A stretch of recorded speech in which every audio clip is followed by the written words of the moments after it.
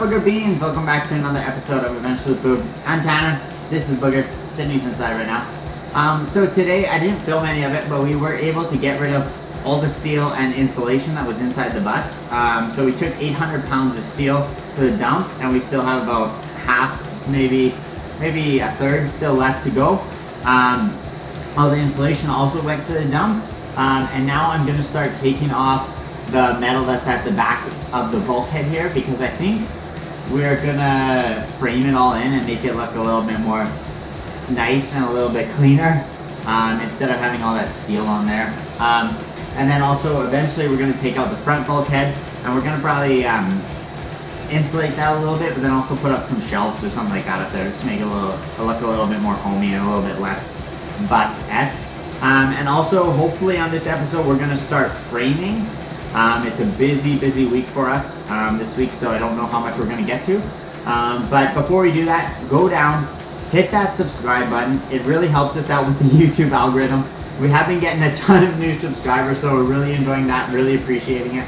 And if any of these videos have helped you out, or if this one helps you out in your Skoolie conversion, or even just gave you a good laugh, go down and hit that like button and help support our channel.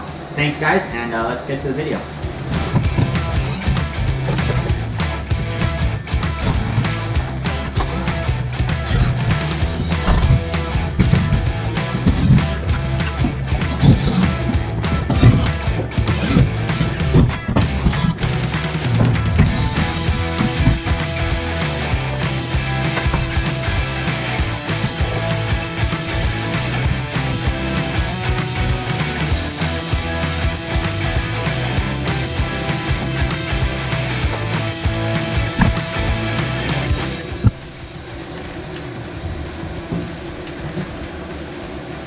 So our bus actually has a couple of dents right up here.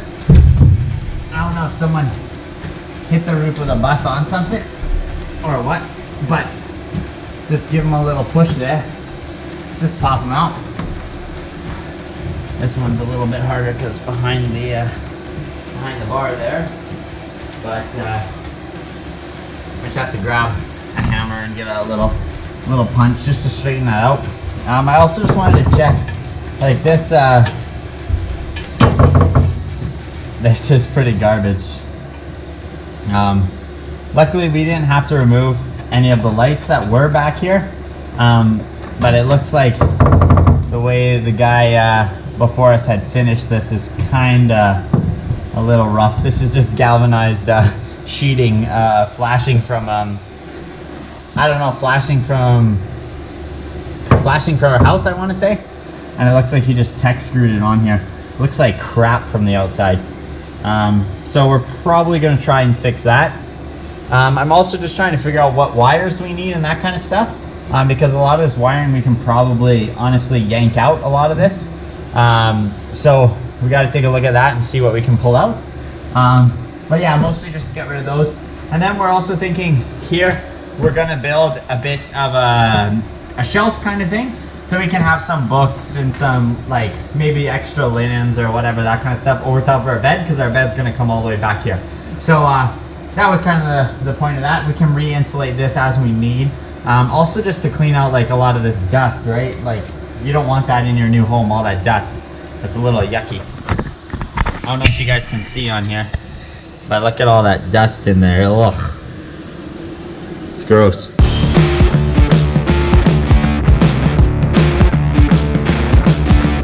Okay, Booger Beans, so just a couple things. As you can see here at the outside of the window, all in this area, zero insulation at all. Absolutely nothing. Didn't take any out, that's just what was there. Also, when you're gonna take these panels off, probably before you put the floor in, remember to remove the screws at the bottom of the panel. Can't pull that out. So we're gonna have to take a grinder and cut it off all the way along the bottom there. So that's a bit rough, but that's what we'll have to do. That's not gonna happen tonight though. So yeah, that's about where we're at right now. So here is some more things that I don't like to see.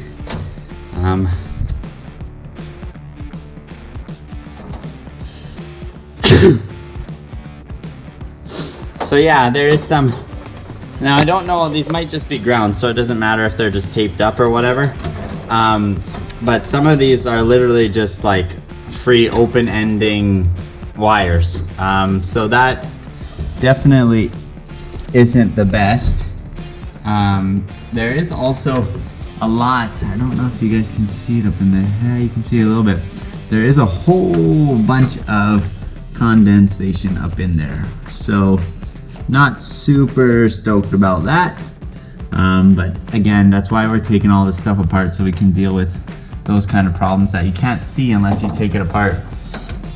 But that being said, there is a lot of stuff up in here that we don't need anymore, that we can take out and deal with rather than just having it left loose all in the bus here. It just adds problems, especially if you're troubleshooting. It will just add issues to troubleshooting if there's any, I don't know, if we have to find lights aren't working or something like that, it just adds more and more wires to have to deal with. So we're gonna figure out what goes where and start taking it out and start figuring out what needs to stay and what needs to go. So that's our next steps. Out here again this morning, just warming up the bus. We're gonna try and get all of this electrical sorted, figure out what the heck's going on with most of it, and make sure that we're not getting rid of stuff that we need, but then getting rid of all the stuff we don't need. So that's the plan, and let's get to it.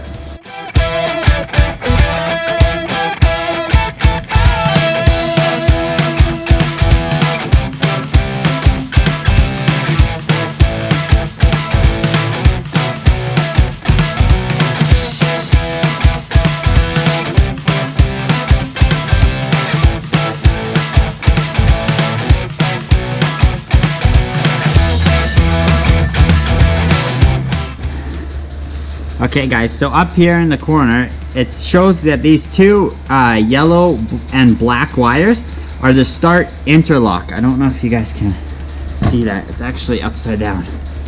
I don't know if you guys can read that, but it says that those two wires are the start interlock, and it also says a note that if the vandal lock is not ordered, simply attach them together. So there was a vandal lock on this car, but now there no longer is. So we need to attach those together.